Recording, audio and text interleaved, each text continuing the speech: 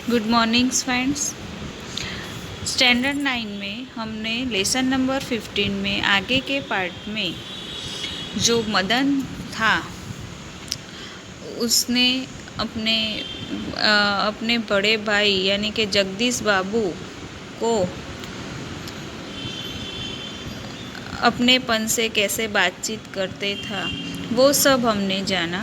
अब दूसरे पार्ट में हम मदन को जगदीश बाबू क्यों क्रोधित हुए उसके बारे में हम जानते हैं। तो आइए फ्रेंड्स, हम लेसन पढ़ते हैं और समझते हैं। Good morning student. आगे के पार्ट में हमने आधा लेसन आपको सिखाया। अब दूसरे पार्ट में हम जो बाकी लेसन हैं उनकी चर्चा करेंगे और समझेंगे।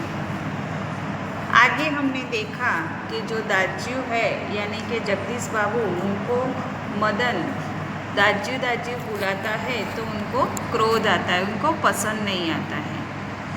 अब देखते आगे क्या होता है। मदन को जगदीश बाबू के व्यवहार से गहरी चोट लगी। मैनेजर से सिरदर्द का बहाना कर वह घुटनों में सर दे कोठरी में सिसकियाँ भर भर रोते लगा। यानी कि वो एक वहाँ होटल में बाजू में एक कोठरी है, यानी कि एक छोटा सा ओरडा जैसा छोटा सा कोना, वहाँ जाके सिसकिया यानी कि रोने लगा। घर गांव से दूर ऐसी परिस्थिति में मदन का जगदीश बाबू के प्रति आत्मीयता प्रदर्शन स्वाभाविक ही था। इस कारण आज प्रवासी जीवन में पहली बार उसे लगा जैसे किसी ने उसे ईर्जा की गोदी से, बाबा की बाहों के और दीदी के आंचल की छाया से बदलपूर्वक खींच लिया हो। परंतु भावुकता स्थायी नहीं होती हो। रो लेने पर अंतर की घुमंडित वेदना की आँखों की राह बाहर निकल लेती है।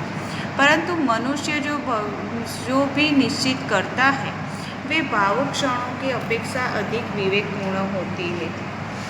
यानी कि मदन से हुई परिचित द्वारा जगदीश बाबू का अकेलापन दूर हो गया था, परंतु वे उसे मदन जगदीश बाबू का चेहरा क्रोध से तमतमा उठा था। मदन पृष्ठि शब्द का अर्थ समझ से बिना ही सब कुछ समझ गया। मैनेजर से सिरदर्द का बहाना करके वह घंटों सिसकियाँ भर रोता रहा। रो लेने पर उसके अंतर की व्यथा शांत हो गई। उसने कुछ निश्चित किया और फिर अपने काम में लग गया। मदन पूर्वत्व काम करने लगा।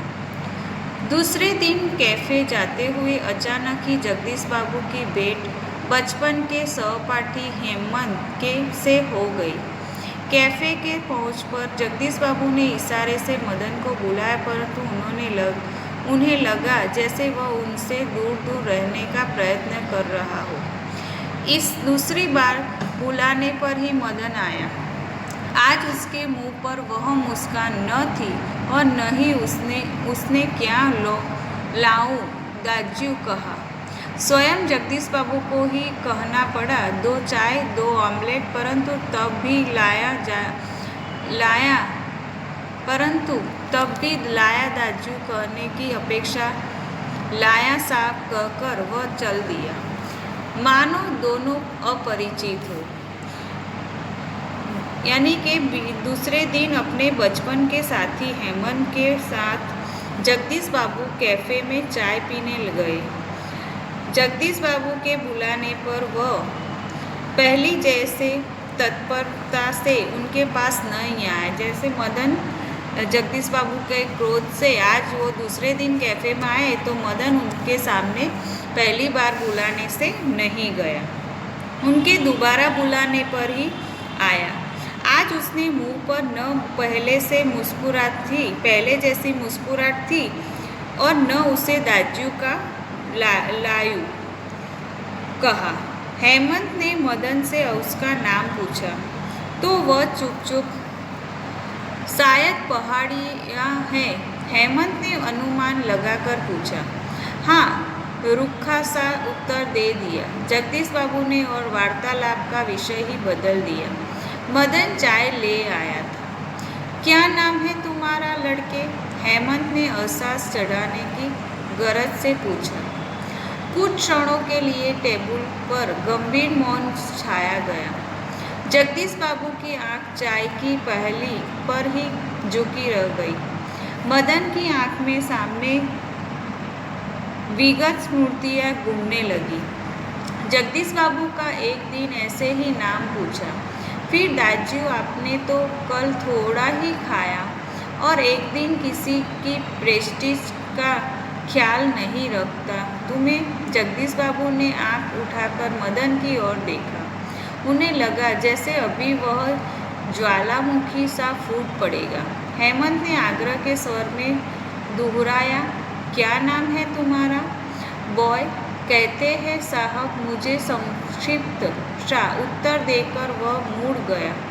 आवेश में उसका चेहरा लाल होकर और भी अधिक सुंदर होने लगा। यानी कि दाजू हेमंत ने मदन से उसका नाम पूछा तो वह चुप रहा। जगदीश बाबू ने आंखें उठाकर मदन की ओर देखा तो उन्हें लगा जैसे अभी वह ज्वालामुखी सा फटेगा। हेमंत ने दोबारा नाम पूछा तो बॉय कहते हैं साहब मुझे कहकर मदन मुड़ गया। तो फ्रेंड्स, इस लेसन से हमें परिचित ये होता है कि हम किसी अनजान व्यक्ति के साथ कैसे परिचय में आते हैं, फिर उसके साथ थोड़ी देर में कितना लगाव हो जाता है, तभी वो व्यक्ति हमारा दिल दुभाता है तो हमें कितना बुरा लगता है। इस कहानी में हमें ये सीख मिलती है कि हमें कभी किसी से इतना भी नहीं मिलजुलना चाहिए, कोई अनजान व्यक्ति से जिसके दूर होने से हमें बहुत दुख होता है। तो आइए फ्रेंड्स, अब इसके शब्दार्थ देखते हैं। शब्दार्थ है सक्का फन यानी कि उजली, मीनू यानी व्यंजन सूची, निसंग अकेला, जनसदगम्य यानी कि शोरगुल युक्त, हिम बर्फ, यू यानी बर्फ, अहम यानी घमंड, प्रेस्टीज यानी इज्जत, वेदना यानी पीड़ा। तो फ्रेंड्स, इसके शब्दार्थ आपको नोटबुक में लिखने हैं। सबसे पहले आपको कवि परिचय लिखना, लेखक परिचय लिखना है। उसके बाद क्वेश्चन आंसर शब्दार्थ और उसके बाद क्वेश्चन आंसर और वर्कबुक का शब्दिक ग्रामर आपको वर्कबुक में लिखना है। तो आगे के लेसन में हम फिर से मिलेंगे। Bye student, thank you.